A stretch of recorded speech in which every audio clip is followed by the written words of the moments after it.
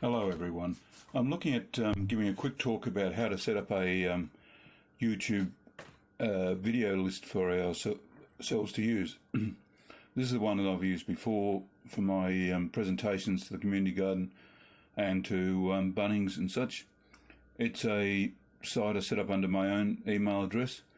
We will need an actual email address. The technical stuff isn't that complicated. I can do it, and I'm sure quite a few of the other members can. And if not, I can also show you how to do it in more detail. Let's say we have a video as per this one here. This is an interesting one on how to grow chilies, one of my enthusiastic habits.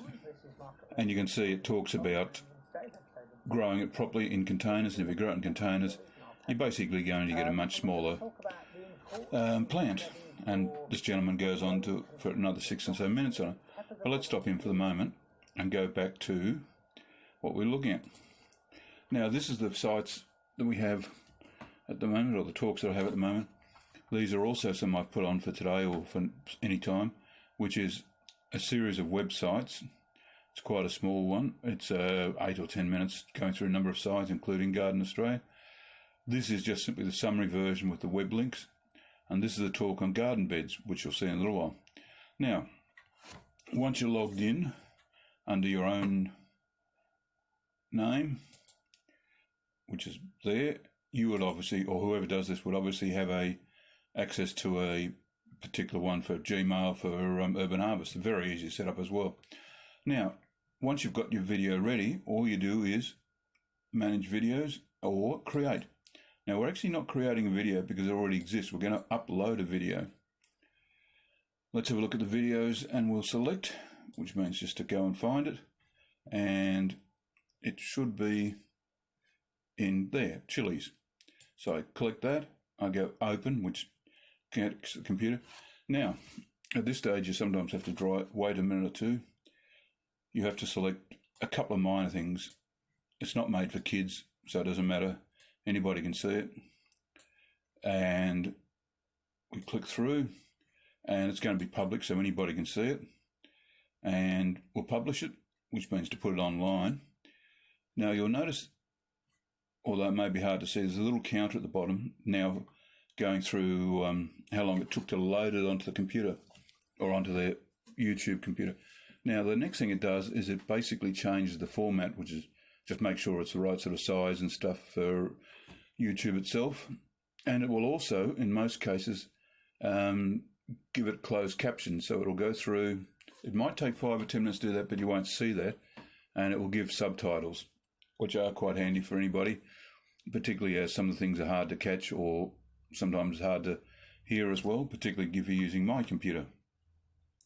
Now, that should load up very soon. It's almost finished. Okay, almost finished. Now, there we are, and it's finished. So that will now exist on my list of